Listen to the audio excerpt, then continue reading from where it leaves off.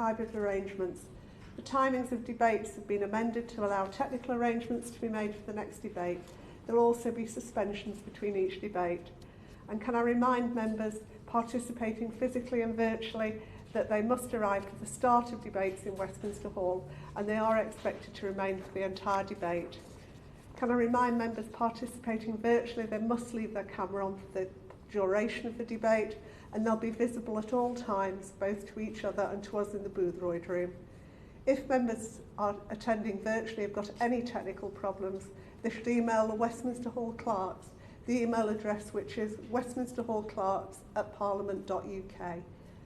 Members attending physically should clean their spaces before they use them and leave the room. I'd also like to remind members that Mr Speaker has stated that masks should be worn in Westminster Hall. Tonia Antonazzi to move the motion. I beg to move that this House has considered E-Petition 328408 relating to government contracts during the Covid-19 outbreak, and I can say that it is an honour to serve under your chairship, Mrs Verfarg.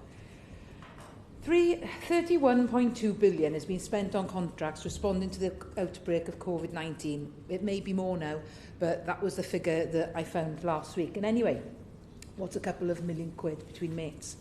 And I say between mates, a huge amount of money has been channelled into lining the pockets of the pals of the Prime Minister, the Chancellor of the Duchy of Lancaster, a former DEFRA Secretary, the Health Secretary, the Prime Minister's former advisor Dominic Cummings, and others. I mean, I've been an MP for over 4 years now, and I'm slightly disappointed I haven't had anything offered to myself. I don't move in those circles, unfortunately, or fortunately.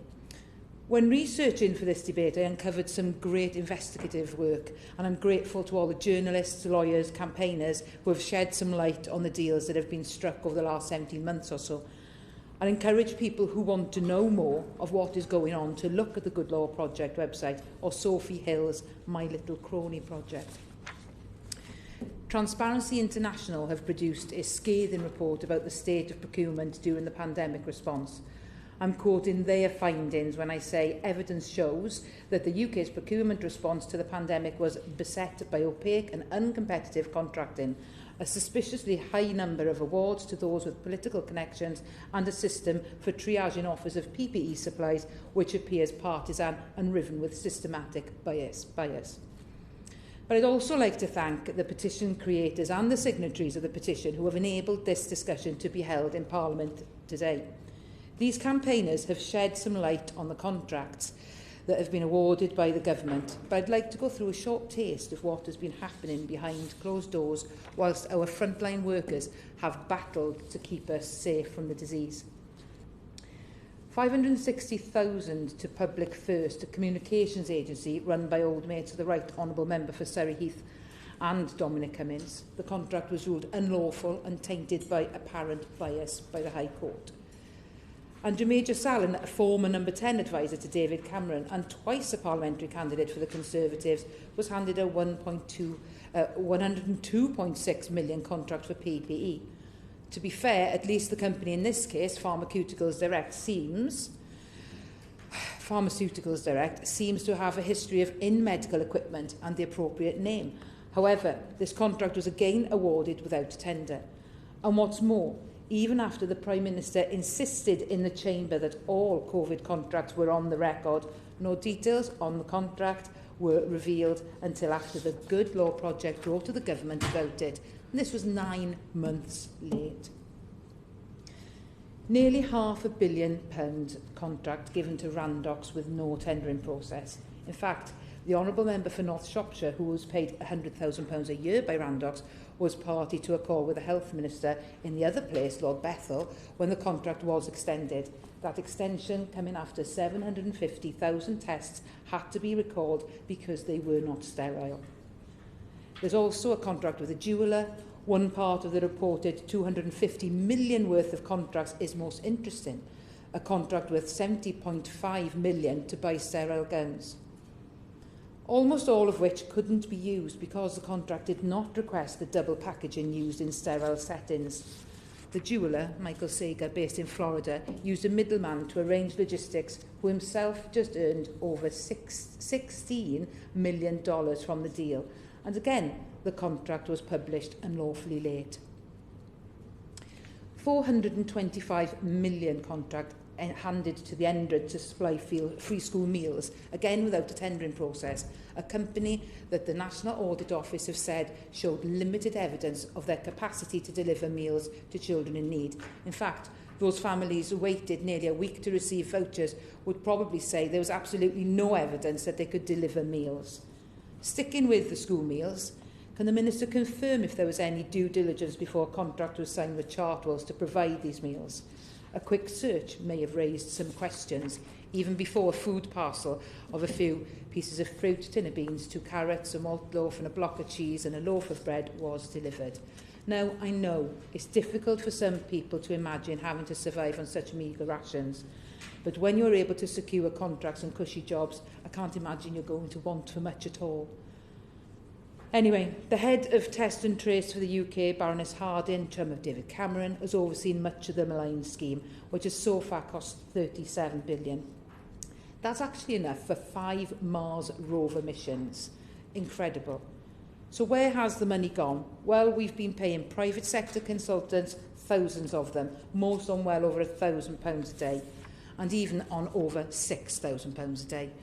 And the Public Accounts Committee was pretty scathing in its assessment of the whole thing, saying that the system doesn't seem to have made much of a difference to the spread of Covid-19. Now, some people may want to raise the issue of apparent cosy contracts or lack of tendering process or inability to declare contracts. And who would you turn to? Perhaps the government's own anti-corruption champion, the Honourable Member for Weston-super-Mare. He may not be open, though, to receiving complaints, as he is married to one Baroness Harding. Now, we all know the Minister who has come to defend the government against these claims is part of the Cabinet Office team, and we know that her boss, the Chancellor of the Duchy of Lancaster, is at the centre of many of these dodgy, questionable deals. And I expect we will hear the same old lines trotted out. We were in a crisis. We needed things delivered quickly. Government would do whatever it takes. The government have nothing to hide, etc., etc. And we all know that we were in the middle of a crisis. We were there too, and no one would ever say we didn't need to respond quickly to plug the gaps left by this government's woeful underfunding of the NHS and social care sector. But I think the public have a right to question the validity of giving hundreds of millions of pounds of public money to shipping companies with no ships, to PPE manufacturers who don't make anything, and a pub landlord who happens to know the Health Secretary. People deserve to know if they have got value for money.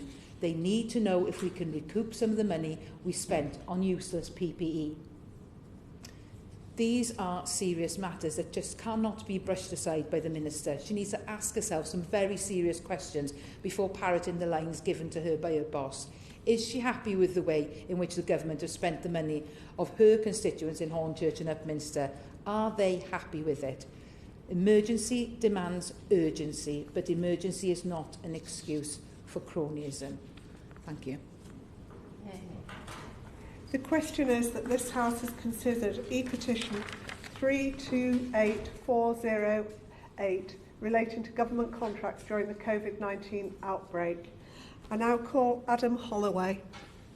Thank you. It's a great pleasure to serve with you as the Chair, and I congratulate the member for Gower for this, getting this very important debate. I wish to make a declaration that family members, friends and constituents are employed by or have an interest in companies that carry out work for government contracts. On this occasion, I wish to speak about my constituent, Samir Jassel, who's also a local councillor in Gravesham. Around him and the company, I can't remember what it's called, something Farmer, that the Honourable Member referred to, there is this absurd narrative that he got over £100 million worth of business because of links to the Conservative Party. To me, and I know him quite well, it is utterly preposterous to say that because somebody stood twice in unwinnable parliamentary seats, because they twice managed to get themselves a photograph with David Cameron, because they twice managed to get themselves a picture with Boris, and because they once gave £4,000 to the Gravesham Conservative Association, and being the councillor for Painters Ash, that somehow, this buys you calls from Matt Hancock, whose honour is also impugned in this. When Matt Hancock sort of rings you up because you've given 4,000 quid and had a few photographs taken with a, oi mate, you know, want to make a few $100,000 next week on PPE. I mean, it's utterly preposterous. According to Trump, the CIA were scouring China at a time when this equipment was in globally short supply. There was global competition for this stuff. And we all remember in our constituencies the hospitals and the care homes screaming for this stuff. I remember getting a video from one of my friends who's a nurse in the local hospital showing me a store cupboard and the sell-by dates of some of the PPE in there, which is like a couple of years old. It didn't actually matter, apparently. But, you know, there was just this awful tension and this ghastly situation. So this was a national emergency at a time of huge global competition for the very same boxes of equipment sitting or waiting to, in Chinese warehouses or waiting to come off their production lines. So if we had just relied on the state sector or our existing suppliers, this equipment would have been shipped elsewhere in the world. So to me, entrepreneurs like Samir Jassal and the civil servants that work with them are actually heroes. And I think that the BBC, some honourable members, and the so-called Good Law Project should have the humility to accept that. Thank you. Catherine West.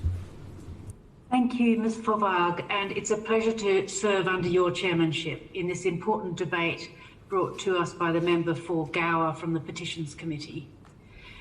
Ms Fauvergue, our constituents expect two things from government procurement. Firstly, for the government to be careful with public funds, and secondly, for ministers to undertake their duties honestly and with integrity.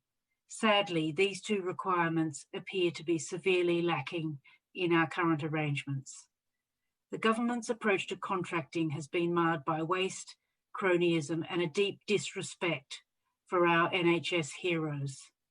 The government spends over 22 billion, even 37 billion, I believe the member for Gower said, on the test and trace system, which appears to make a marginal difference only, but then only £3.50 a week extra for our nurses. £7,000 a day can be spent on management consultants, while withholding a much-needed pay increase for our NHS heroes. The values are all wrong. The government approach has lacked transparency from the start, and as the High Court has ruled, the government acted unlawfully on transparency and publishing contracts in a timely manner. The Prime Minister brushed off this suggestion, saying that the government had published a few PPE contracts a fortnight late. Many contracts were not for personal protective equipment, but for management consultants and other services. And many contracts still remain unpublished, some being published as late as 97 days after the recommended deadline. The Prime Minister also said that the outstanding contracts were there on the record for everybody to see, but it recently emerged in a court order that 100 contracts were still waiting at the time to be published, and one dating as far back as March 2020. The government must take urgent action now to rapidly ramp up transparency and stop the huge waste to the public purse. They must publish these outstanding contracts and publish the companies in the VIP fast lane now. It's not good enough for people to be able to write to a government minister in the House of Lords who they happen to know in order to fast track their particular company for a contract. The emergency procurement powers should now be wound down immediately and money clawed back on contracts that have not delivered. If there's money to be clawed back, and there appears to be a largesse there in the government spraying money around on some of these contracts, why not use it instead of hiding the available money, which should be made available for staff where there's no sick pay in their job and therefore they cannot self-isolate, thereby spreading the virus. That would be a very good use of public money. It was recently revealed in explosive emails about Public First, which had a strong connection with Mr. Cummings and another member of staff from number 10 Downing Street called Lee Kane. They appeared to be getting work to do focus groups. And to the mind of my constituents, this is an utter waste of money at a crucial time when we should be focusing the resources on our NHS. The High Court also ruled that the Health Secretary had acted unlawfully on transparency and publishing contracts on time. These are damning revelations, and I wonder whether the Minister can answer at the end of this debate as to what the medical regulator has said regarding the Health Secretary's pub landlord who won a lucrative contract after a WhatsApp message exchange, but appeared to lack the relevant experience. We need to do things differently, Ms. Favag, and I will conclude my remarks in the next minute on what I think needs to be done. Firstly, we need to re-examine whether the instinct to immediately contract out is in fact the best way to run public services. Surely we should have a properly funded health service to directly provide public services for our health service. Secondly, are our freedom of information requirements and practices sufficient to cope with the requirements on them? For example, do the private companies who are successful in contracts, are they subject to freedom of information requests? I don't believe they are. We as MPs want to know the information. We want to know whether the money is being spent in a transparent way. And finally, we need, as a parliament, to demand that the government makes the UK a world leader in transparency again, which we did used to be, by introducing a genuinely independent anti-corruption commissioner, which the member for Gower mentioned, because obviously the independent anti-corruption minister should not be married to an individual who is in charge of an operational contract. That just does not look right. It just does not appear to be transparent, and that must be changed as soon as possible, regardless of who the individuals are. It is simply inappropriate to have a spouse being purveying the corrupt or not corrupt practices of a government. And finally, we need to establish an Integrity and Ethics Commission, which covers a number of different government functions, from the Electoral Commission, which I believe, reading the papers over the weekend, the Prime Minister now wants to water down any provision to bring in punishment against MPs who may be doing the wrong thing. That's going against what our constituents actually want.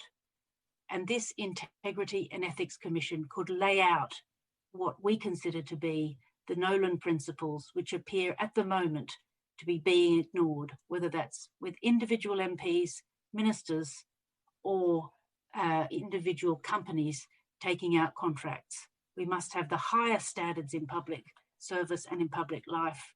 And I thank Ms. Favag for this, for chairing this session, and for the Petitions Commission and every single petitioner who is watching this debate. And I thank them for bringing this to our attention. Kate Osborne. Thank you. It's a pleasure to serve under you today. And can I thank my honourable friend, the member for Gower, for leading on this debate, and of course, everyone who took the time to sign the petition. The government's approach to procurement during the pandemic has been marred by rampant cronyism as well as huge wasting of taxpayers' money. They have shown a consistent track record of handing out contracts to their mates and even breaking the law along the way. Whilst it was apparent that the government had to procure large volumes of goods and services quickly to meet demand, this is no excuse for the serious levels of cronyism and corruption that are now becoming apparent. The National Audit Office investigation into government procurement showed that the government awarded £18 billion of contracts using emergency procurement regulations to buy goods, services and works to support its response to the pandemic. £10.5 billion was awarded directly without any competition. £6.7 billion was awarded directly to pre-approved suppliers, although they were not necessarily pre-approved for the products that they were selling. And only £0.2 billion was awarded using a competitive process. This approach to procurement naturally led to issues of quality, such as the 50 million face masks bought in April last year, which could not be used in the NHS because they did not meet its specifications. Over £2 billion worth of these contracts were awarded to firms with links to the Tories, with Cabinet members personally intervening to help their associates win lucrative contracts.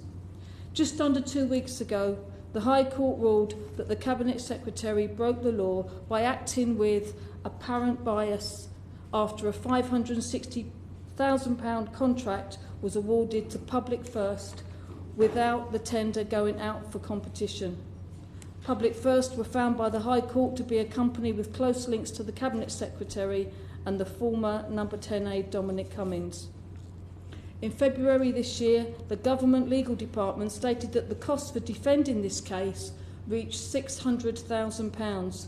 This was more than the original contract was worth in the first place. It was shocking that this government used taxpayers' money to cover up their own law-breaking, whilst frontline workers were not adequately protected with the high-quality PPE they needed, or when our NHS staff could not be afforded a decent pay rise. And whilst the government are only managing to invest 20 pence per child per day in their so-called catch-up plan. I hope the Minister here today can tell us the total amount of taxpayers' money that has been spent by this government in covering up the fact that they acted unlawfully in awarding this contract to Public First. And could the Minister tell us what the government are doing to recover the taxpayers' money that was handed out to Public First? The National Audit Office investigation into government procurement also found specific examples of insufficient documentation being produced on key decisions, or on how risks such as perceived or actual conflicts of interest were identified or managed. In addition, several contracts were awarded retrospectively or have not been published in a timely manner. The lack of adequate documentation meant that the National Audit Office was not able to give assurance that the government adequately mitigated the increased risks arising from emergency procurement or applied appropriate commercial practices in all cases. There is no doubt that this has diminished public transparency and public confidence severely. And we can see the public feeling from the numbers that have signed this e-petition. Does the Minister agree with me that the use of emergency procurement powers needs to be wound down and all contracts awarded using such powers must be published with an assumption against redactions and in favour of uploading all contract documents? Let us be clear. None of this has happened in isolation.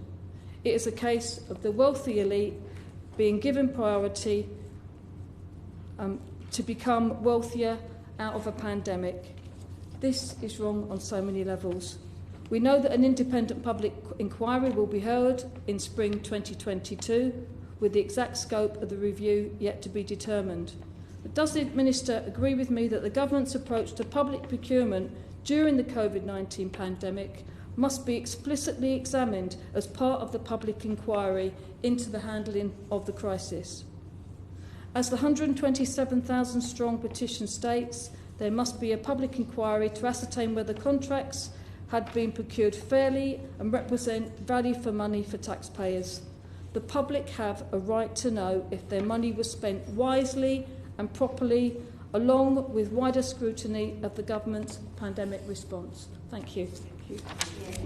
Neil Handy. Thank you, Madam Chair. I want to talk about not just contracts that have been awarded, but rather contracts that have not been awarded, in particular contracts to UK manufacturers and particularly the UK diagnostics sector. The Prime Minister repeatedly tells us he wants to build back better, to level up, to invest in global Britain, etc., etc. However, with regards to lateral flow devices, the government has signed an undisclosed contract for an undisclosed sum of money that I've been trying to get to the bottom of for some time for innovative lateral flow test devices. And back in November 2020, I was passed a copy of the data sheet that comes with any medical device or medical product, and in there it clearly states that these tests are unsuitable for asymptomatic subjects. So, in other words, we would be using them for a purpose that they are neither designed for or licensed for. I raised this with the Deputy CMO in a briefing on the 17th of November 1920, and I was assured that they had gone through validation, and I was also promised a copy of the information that supported that validation, but it never arrived. Later that month, in front of the Select Committee, I asked the Secretary of State about his media appearances in the weekend prior to that, where he announced the use of lateral flow devices as being almost 100%, 99% accurate. And I asked him that because there were growing bodies of evidence and opinions in the BMJ, not some rag from subject to speculation, that these tests were actually unsuitable for the purposes they were about to be employed.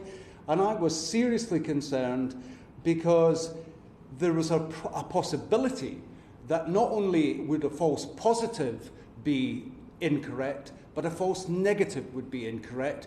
And in-field data suggested that this could be as low as 50%. In other words, your test result was effectively the flip of a coin. It was no more or no less certain than that. I have, over time, continued to explore this and try to hold the Secretary of State to account on this matter. I would reflect on one comment that was made in the BMJ at this time, was that the government's approach to COVID testing was an unevaluated, under-designed and costly mess. And the Secretary of State's response to that was that his assessment of that description was wrong. However, fast forward until June of this year, and the FDA in the United States, again, not some fly-by-night outfit, have said that the medical group COVID test kits used in Britain fall under Category 1, which, and I'll read the risk that's attached to that verbatim, a situation in which there is a reasonable probability that the use of or exposure to a violative product will cause serious adverse health consequences or death. Now, the example that I used with my staff to try and explain to them why I was so interested in this was quite a simple one. If you were using these tests as a gatekeeper for someone who was about to be allowed into a care home to visit their relative and they had a false negative, then you were allowing that person who may be asymptomatic, difficult to know what their viral shedding was, you were allowing them into a care home with the most vulnerable of people, and accompanying that decision was footage on the BBC of a relative visiting their elderly parent, hugging them and kissing them in a day room full of other vulnerable people. Now, I know the government have tried to be as optimistic as possible throughout this pandemic, and in some respects I congratulate them for that, because it's important to lift the mood of the population at a difficult time. But it is simply unacceptable to say that something provides reassurance when that is simply not the case. And I could go on to give various other examples, but this was no surprise to the Secretary of State. This was no surprise to the Chief Medical Officer. These points were raised repeatedly in Select Committee. I raised them directly with the Chief Medical Officer. I asked those concerns, and in his response, he admitted that he was an expert in the use of lateral flow devices. But, and this relates back to the point that I've just made, that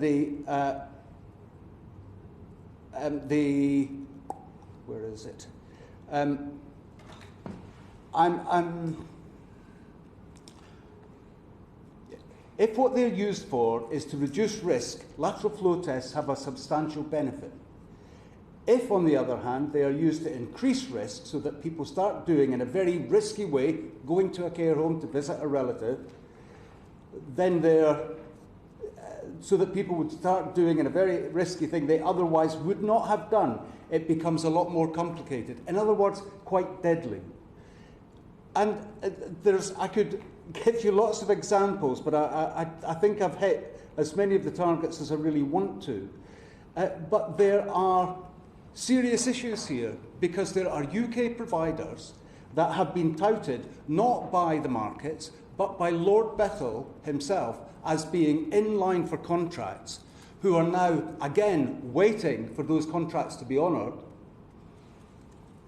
And the Minister has announced today that those contracts are now going to be given to another Chinese provider, Orient Gene. This is really, there's something wrong. How can it be, if this government truly want to level up the country, expand global Britain, how can it possibly be that Chinese providers of tests that the FDA say are deadly are continuing to be offered contracts and UK providers are going empty-handed? There are a series of serious questions that need to be answered, and need to be answered by government soon. Why have the public been led to believe these tests are reliable when there is serious doubt about their usefulness since at least November 2021? Why are none of the tests repackaged in the NHS branding, and what are the legal implications of this? Are the NHS taking ownership as manufacturer? Why are the UK continuing to use tests deemed dangerous by the FDA for a further 2 months? There's been an extension to their exceptional usage agreement. And we know they're deadly. Why? It is absolutely crazy. And why are UK manufacturers of these perfectly useful tests being sidelined for these worthless tests? I would also like to know when the contracts for these tests were signed. Were they signed before government knew that they weren't licensed for the use and purpose that they were going to be used? And who was the minister that authorised that? These are very serious questions, and I would underline a point that was made by an earlier speaker. There needs to be an anti-corruption czar appointed. Someone needs to come in and have a very hard look at the government's action on contracting throughout this pandemic, not just on what's been awarded, but also on what has not been awarded. Thank you. Thank you. Deirdre Brock. Thank you, Ms. McDonald. It's a real pleasure to serve under your chairship. And I would also like to thank the petitioners for signing up to this very important petition that has led to this extremely important debate today. I just wanted to begin with mentioning a few of the members who've spoken so far in the debate, particularly, of course, the Honourable Member for Gower, and commend her for a truly shocking start. Shocking in that she laid out for us a litany of what was, at very best, an overly relaxed approach from the UK government to normal procurement processes, asking too, on behalf of the public, where that money has gone, a really key point to this debate. And she also asked about whether the anti-corruption champion of the UK government is going to take this up. Perhaps not. Perhaps the Chancellor of the Duchy of Lancaster. Perhaps not. The Health Secretary. The Prime Minister. Trust in these politicians, I'm afraid, is severely lacking. And I love the line that she finished with. Urgency is not an excuse for cronyism, a statement I would heartily endorse. I note the member for Gravesham's contribution. I would gently say to him that national emergency does not, I'm afraid, disqualify government from proper examination of what looks like, to the public, questionable decisions over very large amounts of public money. The member for Hornsey and Wood Green asked some excellent questions, particularly about the accountability of some of these private businesses that the government has so hastily entered into contracts with. the inappropriate connections between key players, something the Honourable Member for Gower also mentioned, and called for an integrity and accountability, I think it was, executive, particularly in light of the UK government's apparent intention to have prosecution powers removed from the Electoral Commission. I think everyone recognises that governing in a pandemic is not the same as governing in calmer times, and that there are decisions which need made in such times that are well out of the ordinary. I don't think that anyone would argue that a normal procurement process would be appropriate or timely enough. Now, there may be a case to be made that stocks of disposable items should have been higher, or contracts in place to secure additional stocks at short notice at standard costs. Now, these, I'm sure, are likely to be issues that the inquiries after the pandemic will look at and make recommendations on. I think, though, that we can still look at what happened and how the emergency aspects were handled and where the money went, because it's important. And we should also be certain that the awarding of contracts was fair. The terms of this petition are important. The action that the petition asks of us is equally important. And the responsibility of any elected politician to answer properly to the electorate is paramount. My own queries of the government, Ms MacDonald, have been less than enlightening, I have to say. Back in early September of last year, I asked the Leader of the House for a debate in government time on contracts awarded without tendering. I received no such commitment. Perhaps you won't be surprised to learn, Ms MacDonald, but I did receive an assurance that didn't reassure, that it was through our free press and our outspoken House of Commons that we had, and I quote, such an honest and uncorrupt country. In March of this year, I asked how much was paid out under the contracts in advance of delivery, how much had actually been clawed back for services or products not delivered, and how much was the government still to pursue in repayments. The Minister replying said that the government was undertaking a stocktake and audit, so I'd be very pleased if the Minister would be able to update us on the progress of that stocktake and audit. However, a written question of mine back in April asked how many contracts were issued without tendering, what the total value of those contracts is, how many of those contracts required advance payments, and how many times the supplier failed to fulfil the contract. I was told that 1,151 contracts worth an estimated £19 billion were published by the 1st of April, the majority of which were let using a direct award. I was told that a number, an unspecified number, but a number of PPE contracts had advance payments, but that since different teams within one department handled different contracts, the information about performance and reclaiming money already laid out was not available and could only be gathered at disproportionate cost. It's very interesting to see how costs become disproportionate sometimes, isn't it? I also got a disproportionate cost answer when I asked for the diary of the Executive Chair of Test and Trace. Perhaps there's a very complicated system used for that diary. Now, we've all seen the documentary reportage where suppliers of PPE and other equipment spoke about being unable to get through to the government to offer what they already had, while contracts were being handed out to all and sundry, including chocolate makers and companies that never existed before securing a contract. We've heard of the VIP line for people recommended by ministers. We've read the stories of WhatsApp messages with pub landlords. We've heard about equipment arriving that wasn't fit for use, and we have heard plenty about shortages causing problems. We don't need ministerial excuses. We don't need lame explanations or finger pointing. We just need to know what went on and whether it was all above board, and we need an independent and unbiased review of it. And that's why the government should agree to this very specific inquiry, so we can see what went on.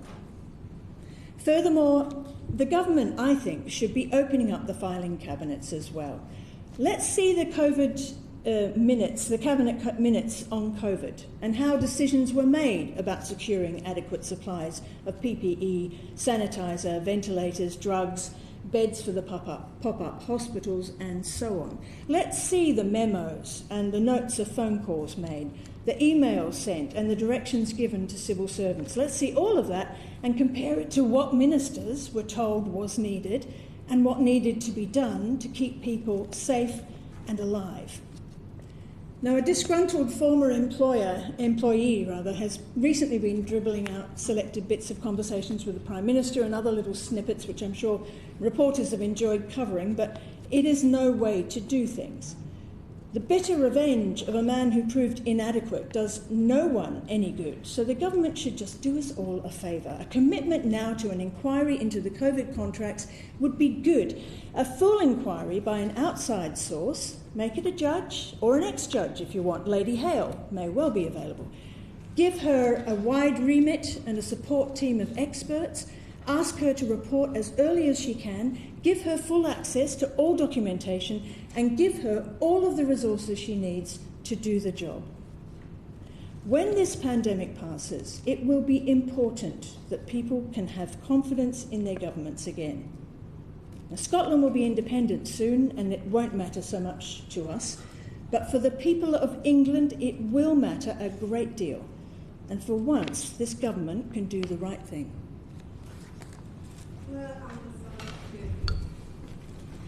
It's a pleasure to serve under your chairship, Ms Vervaag, and I'm thankful to the Honourable Member for Gower for leading this debate on behalf of the Petitions Committee.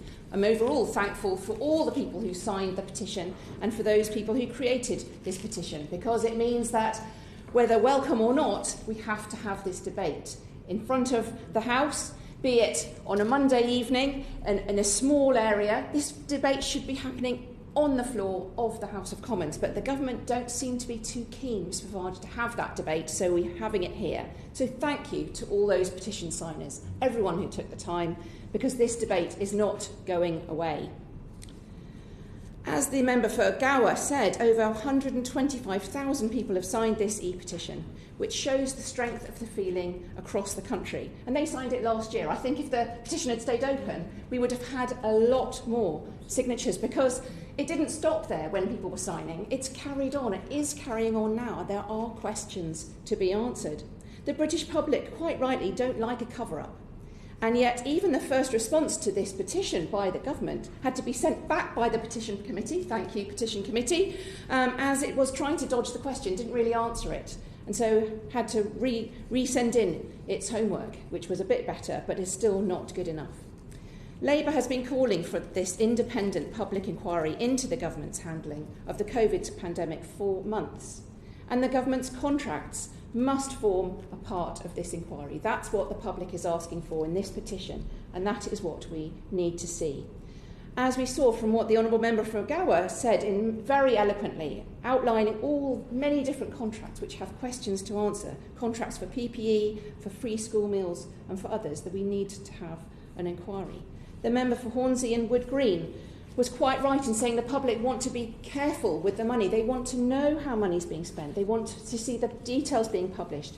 And there are key questions about government appointments, about standards of ethics that we want to see answered. That would be, these would be key recommendations of any inquiry, I am sure.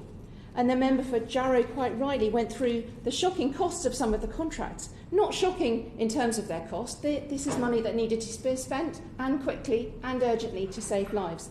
But the potential waste behind those contracts, and the concerns that public confidence has been diminished because of the way the contracting has carried out. It's really important to have an inquiry because there are clearly questions to be answered, because these lessons need to be learnt rapidly. I'm concerned about leaving them all to the public inquiry, to be honest. I think these questions need to be answered now about the contracting that's happening now. So a rapid-fire inquiry and also being part of the public inquiry would be the best response to the questions being asked. And because it's so important. This day could have been the day that was being termed Freedom Day. Who knows, with a correct track and trace contract, correctly administered, one that we could have confidence in, it may be that we didn't have to rely only on the vaccine rollout, which is impressive, but good test and trace could have enabled us to be opening up today even. That's how important this issue is. The government's reply to the petition referred to the Boardman review, but that is not an independent and unbiased review and just adds to the lack of transparency. It just looks more and more as if the Conservatives are set on glossing over the cronyism in their ranks so that they can carry on as if nothing has happened. The government have promised a COVID inquiry at the appropriate time, but the appropriate time to look into these contracts is now. The next pandemic could arrive tomorrow. It's an ever-present threat, and the next one could be bigger and more deadly than COVID. The government cannot kick this inquiry down the road because at a moment of crisis is when our contracting should be better than normal, higher standards than normal, more reliable than normal, not with more questions, more concerning, is given out to my mates kind of contracting. So the question I and many colleagues here and the public need to be answered today is, how did the urgent scramble to procure resources we needed to get us through the pandemic descend into corruption, waste, cronyism and secrecy? Why is this emergency contracting still going on? What has changed? Is anything better? It didn't have to be this way, it shouldn't have to be this way, and it can't be this way when the next pandemic hits. In the last 12 months, the government have ordered £280 million worth of masks that didn't meet the required standards. They've spent over £100 million on gowns without technical checks that couldn't be used. These were purchased by Pestflix, the company which specialises in pest control products, and which by the government's own admission was dormant in 2018 and then referred to by the VIP channel. And as the Good Law Project uncovered last month, officials at the Department for Health were aware that Pestflix agent may have been bribing officials in China. And most concerningly of all, they've awarded almost £2 billion in COVID contracts to friends and donors of the Conservative Party. Now, the member for Gravesham raised those points and he said that there's nothing to see here. But actually, I think he made a good argument for an inquiry. If there are companies who feel, I will give way. No objection at all to an inquiry. I was just really trying to point out how absolutely preposterous it is for one of the key pillars of this whole argument there's somehow been corruption, that a bloke in Gravesend gives £4,000 to the Tory party and the other things I list, and suddenly has the government giving multi-million-dollar pound contract. I mean, it's absolutely preposterous. And I would say in response to the honourable member that there is far more, there's just too much here to be answered. It's not just at the odd small company here and there. There's been a real pattern of corruption. One more time. But this is one of the main planks, and it just doesn't stack up. Do you really think Matt Hancock is going to give £103 million contracts to someone because they were once a parliamentary candidate and they edged in a picture with Boris? I mean, it's absurd, and it's one of your main planks. Can I remind members not to refer to honourable members by name, please, but by position? Of course. And the honourable member has made my case for me. If there are questions, if there's nothing to see here, let's have an inquiry. The public have signed this petition in their thousands because they don't have confidence in these contracts. They want to see an inquiry. If there's nothing to see here, if there's everything is above board and all was fine, then we would find out in the inquiry. But it's public concern that's brought us here today. There are questions to be answered. There is a pattern of cronyism that the public are seeing, and that's why an inquiry would be the right response. It's not good enough for ministers to say that, of course, we needed these items urgently back in March, no question there. So stop complaining about how we did it. Of course we did need them. Of course systems had to be used to get our NHS staff all the safety equipment they needed then and there. But all checks and balances didn't need to go out of the window. Ministers should still check their family connections. They should still register interests. The best companies should not be overlooked in favour of Tory party donors. These emergency systems should not still be in place so long after they are needed. 126,000 people signed this petition last year, and yet we're still uncovering more of the same issues they're concerned about. They are right to feel ignored, and a public inquiry would listen to their concerns. Only a few weeks ago it emerged that the Home Secretary lobbied the Chancellor of the Duchy of Lancaster on behalf of a healthcare firm trying to get a government contract. The Home Secretary wrote to him expressing disappointment that the government had not bought face masks from a company that had links to someone she knew. This is a glaring and flagrant breach of the ministerial code and does need to be investigated. Then, of course, there's the hundreds of millions of pounds handed to Serco to run the national test and trace system. £37 billion was earmarked. It's reported that £277 million has been signed by now. Why is there the discrepancy here? What were those contracts for? Where did they go to? And will we get money back for those contracts that weren't delivered? The Local Government Association found last year that local contact tracing systems have a 97.1% success rate at finding close contacts and advising them to self-isolate. This is considerably better than the centralised system. So rushing to go to the private sector in many cases would have been the right thing to do, but was it always the right thing to do? Incidentally, only last week, Serco upgraded its profit forecast by £15 million thanks to its test and trace work. But it's not just opposition MPs making these points either, Chair. Transparency International have identified 73 contracts worth more than £3.7 billion, equivalent to 20% of the Covid-19 contracts between February and November 2020, that raise one or more flags for possible corruption. They conclude, and I quote, that there was a systematic bias towards those with connections to the party of government in Westminster. They found that 72% of the Covid-related contracts awarded in the sample period were reported after a 30-day deadline, and £7.4 billion of contracts were reported more than 100 days after the contract was awarded. In comparison, for example, on average, it took the Ukrainian government less than a day to publish information on 103,000 Covid-19 contracts after they were awarded during the same period. On this point, I think that at least the Chancellor of the Duchy of Lancaster owes us a statement to Parliament, setting out where the UK has not complied with its legal transparency obligations, how they're being rectified, and how these issues will be prevented in the future.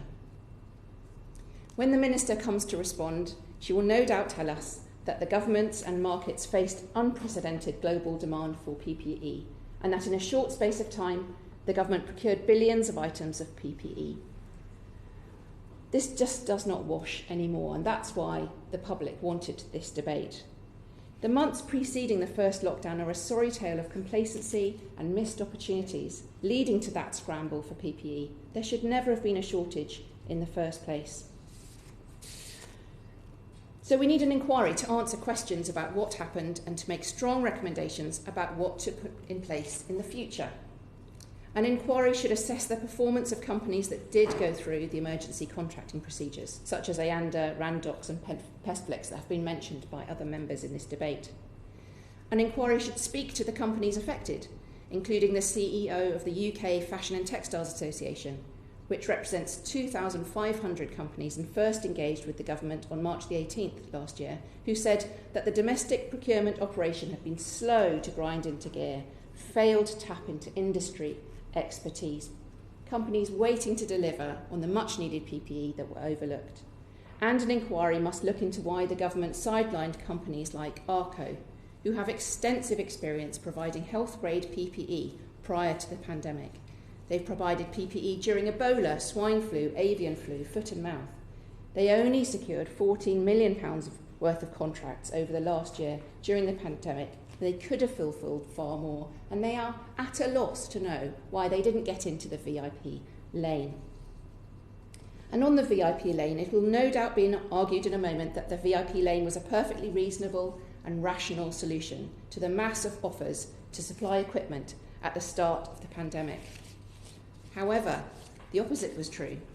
We've seen evidence presented in recent High Court hearings showing emails that civil servants raised the alarm that they were drowning in VIP requests from political connections that don't have the correct certification or pass due diligence. It doesn't seem, for us as outsiders, that the VIP lane worked, shouldn't be used in any future emergency contracting, shouldn't be used in a future crisis, but an inquiry would tell us more, give us those recommendations. As the Good Law Project puts it, This is the cost of cronyism. Good administration suffers. Efficient buying of PPE suffers. And so to close, I and members here and the British public and the petitioners for this debate would like answers from the Minister for 4 key questions. Will there be a rapid-fire inquiry? Will the COVID contracts be part of the major COVID inquiry?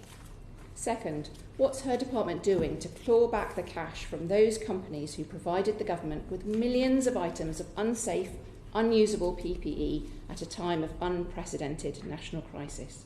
And what are the options in the contracts, because we can't see them, what are the options that the government has in terms of clawback? It's very important that we know. Third, will the government finally, as the opposition have been calling for months, deliver full transparency of this VIP lane, including publishing the names of the companies awarded the contracts via the channel, who made referrals to it, and whether any conflicts of interest were identified and addressed? It's important to know this, otherwise the information will just keep dripping out bit by bit and we'll find out partially what's going on. If there's nothing to see here, open up the light and let's know that. And finally, will she commit her department to auditing in detail all those contracts that have raised red flags and to publishing the outcomes of the audit?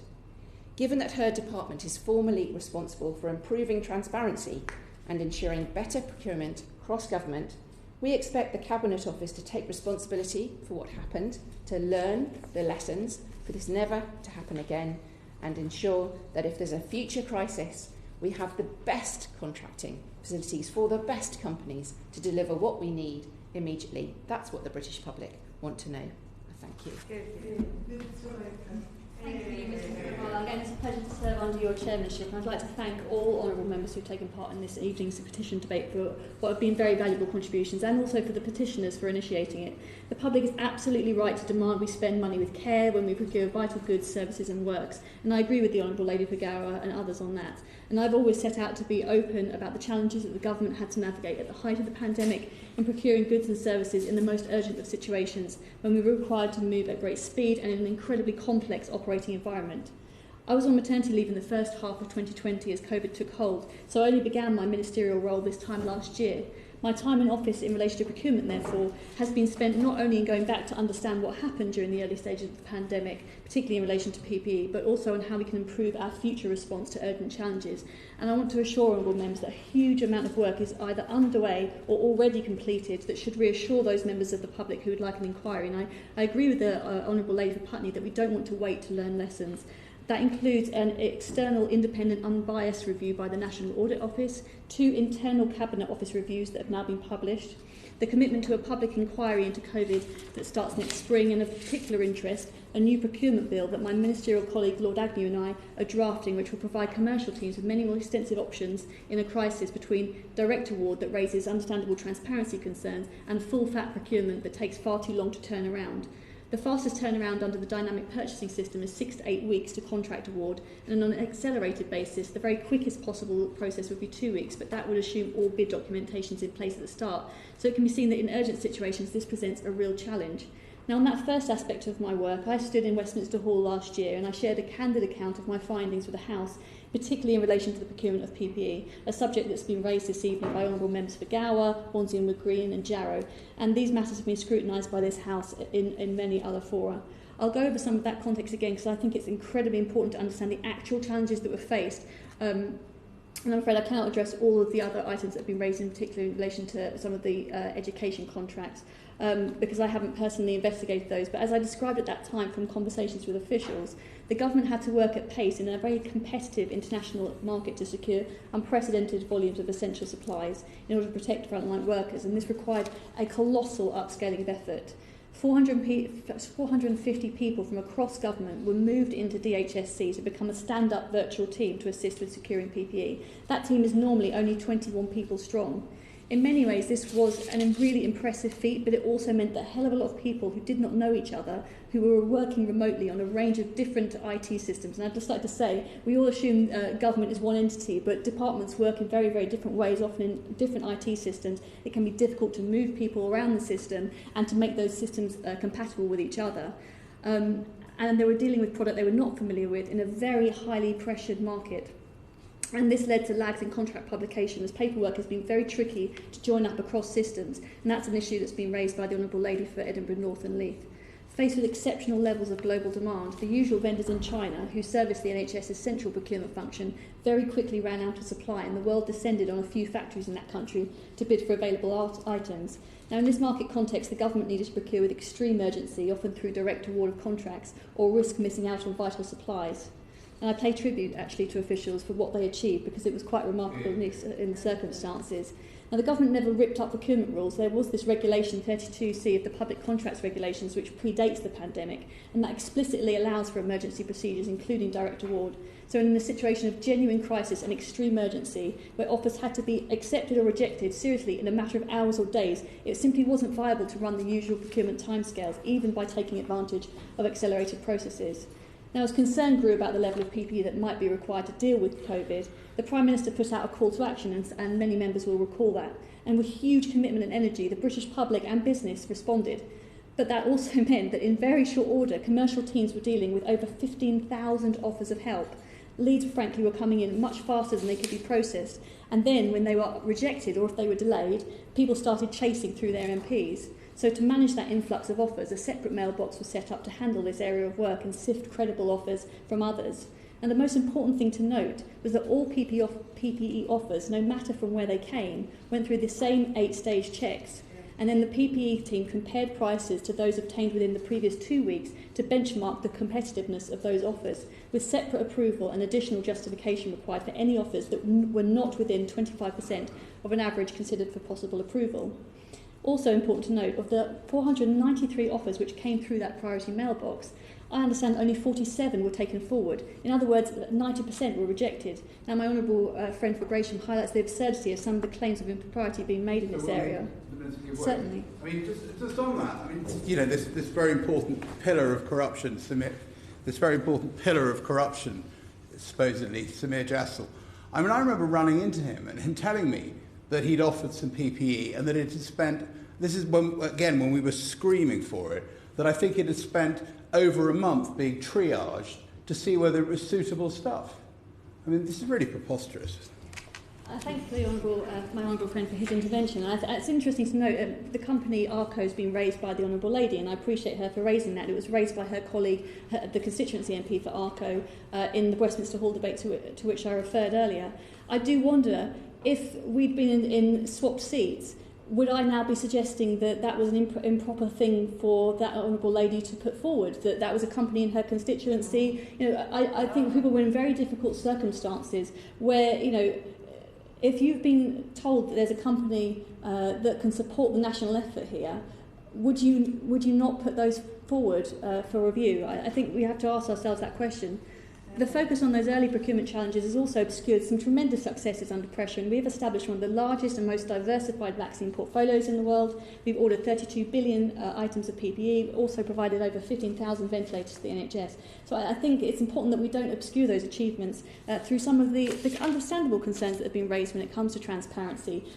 None of us wants to be sitting here answering questions about cronyism, but the challenges on some of the recording of the work, some of the challenges I've cited about the record keeping across departments, these are real challenges and things that we are trying very hard to address. And I understand why people ask questions. I've asked many of them myself, and I've been reassured by the answers that I've received from officials.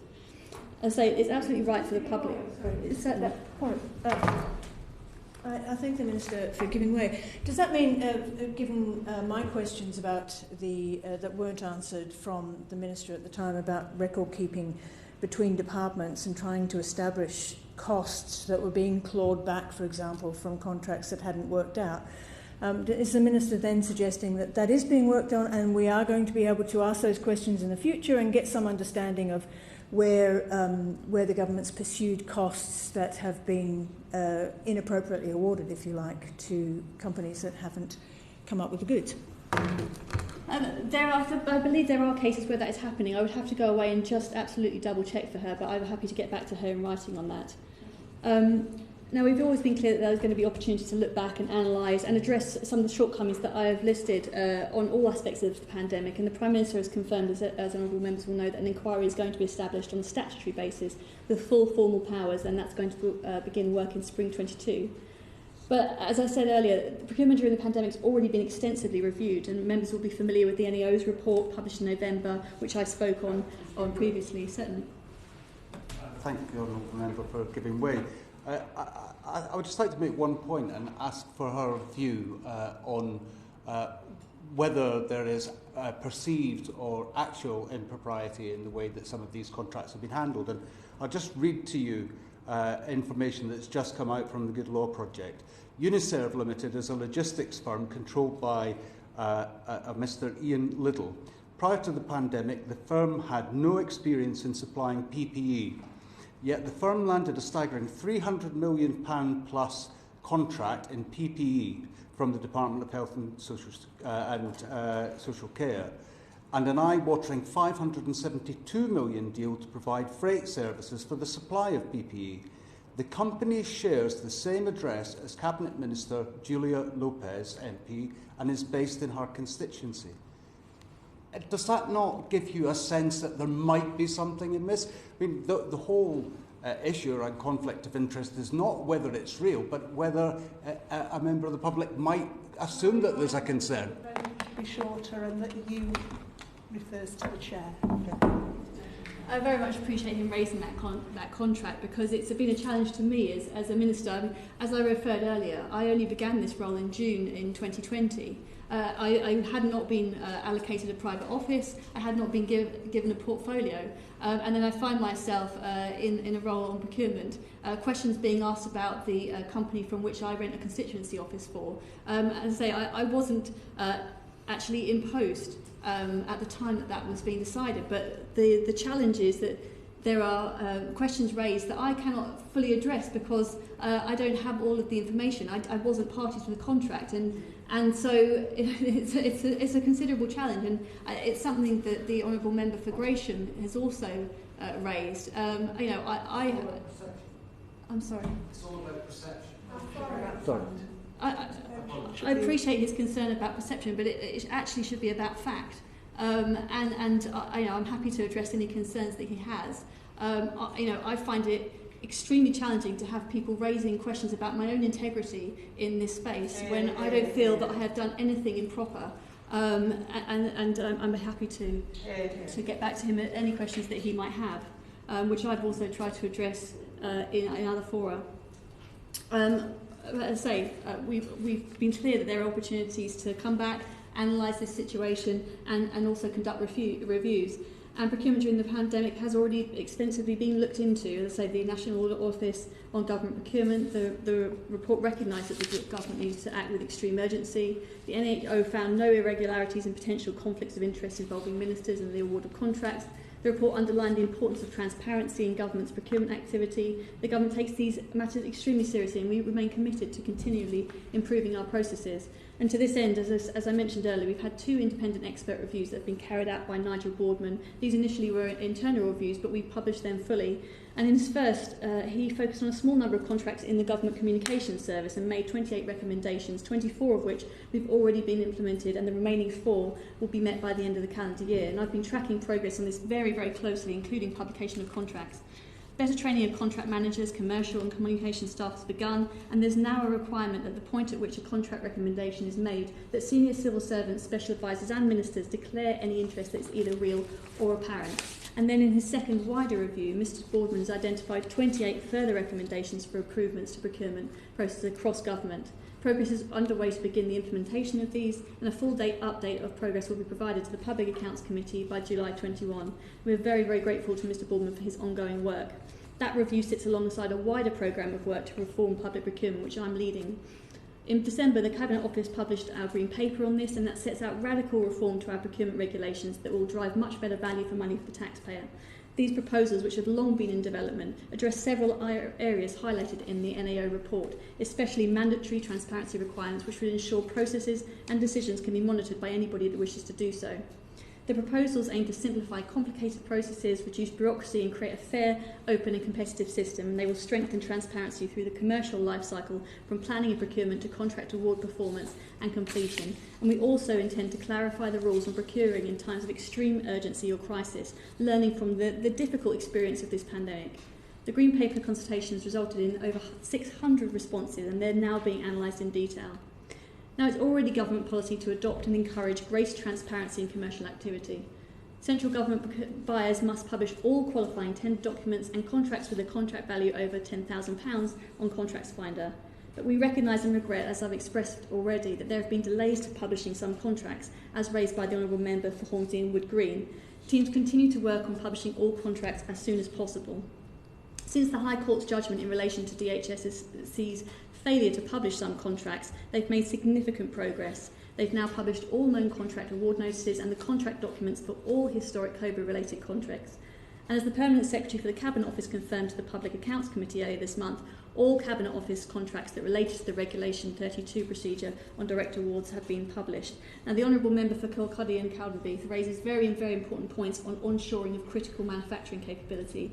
And the DIT's Project Defend has done a lot of work in that area. Some of the testing specifics, I'm afraid I'll need to take away and raise with some of my ministerial colleagues. I would just like to address some of the points that have been raised by the Honourable Member for Jarrow, who talked about the recent High Court judgment when it comes to the public contract awarded by the Cabinet Office for Public First. I looked back in my role to better understand the context by which that was contracted, because I received some early questions when I was first in my ministerial role that I personally wanted to investigate as well.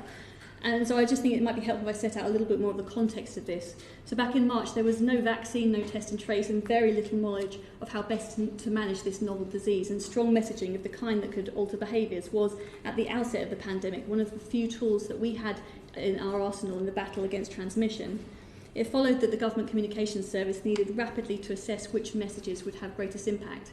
We needed to turn campaigns around in lightning quick time, and teams had to be surged to deal with the unprecedented demand for effective comms material.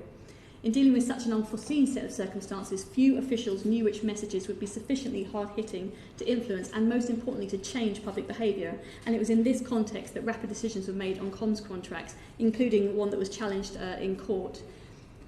That was to Public First, which was a research and policy company, and they were taken on alongside Britain Thinks as one of two companies in the market deemed to have the scale, expertise and experience to provide focus group testing in March. They were both rapidly diverted from existing work and to take a snapshot of public reaction that allowed us in government to test things like the Contain strategy, the early Stop the Spread campaign and the Stay Home message, which was deemed by the Honourable Member for Hornsey and Wood Green in some earlier comments as a waste of money. Now, a legal challenge was brought against that contract, and that was brought on three grounds: urgent procurement without competition, the proportionality of the award of 6 months, and inclusion of non-urgent work. We did not use money, as was suggested by other honourable members, to cover up, but actually to find out what happened so that we could respond to that legal challenge. That judgment found in favour of the government on two grounds. Firstly, that we were entitled to rely on the emergency procurement regulations due to extreme urgency, and secondly, that the terms of the contract, including length, were proportionate in the circumstances. As such, the court ruled that the government was entitled to award the contract on grounds of extreme urgency in response to an unprecedented global pandemic, and recognised that the very complex circumstances that we were operating in. It also recognised that a failure to provide effective comms would have put the public health at risk. On the one remaining ground of apparent bias, the judgment makes clear that the decision to award the contract was not due to any personal or professional connections, although consideration should have been given to other research agencies, and the process followed should have been more adequately demonstrated when it comes to the objective criteria used to select the supplier. The judgment nonetheless makes clear there was no suggestion of actual bias. Now, we've done a lot of work to address some of the procedural issues that were raised by this case, which I've mentioned, because I had my own concerns about it. And our implementation of the Boardman recommendations, which I've already discussed, have addressed several areas raised in the judgment. And I agree with the Honourable Lady on winding down the use of Regulation 32 in comms, and I've done a lot of work in this area. Mrs. Fovard, I apologise for the length at which I responded to some of the issues raised. These are important issues and ones which I personally want to make sure that we as a government are addressing proactively. I'm very keen that we also provide greater context to some of the criticisms and challenges brought. It's absolutely fair that the public would have questions on this, and I want to try and address some of those. I'm very grateful for the valuable points raised by honourable members throughout the course of this debate. I want to assure people the government is taking decisive action to improve transparency around procurement, alongside a full inquiry into the COVID pandemic next year. Thank you very much. Tonya Antonazzi to wind up. Thank you, Chair. And I'd like to thank all of my colleagues for their contributions and the Minister for her response. The sheer number of examples of deals that have been raised go some way to explain in the depth. Order. The sitting is suspended for 15 minutes for a division in the House.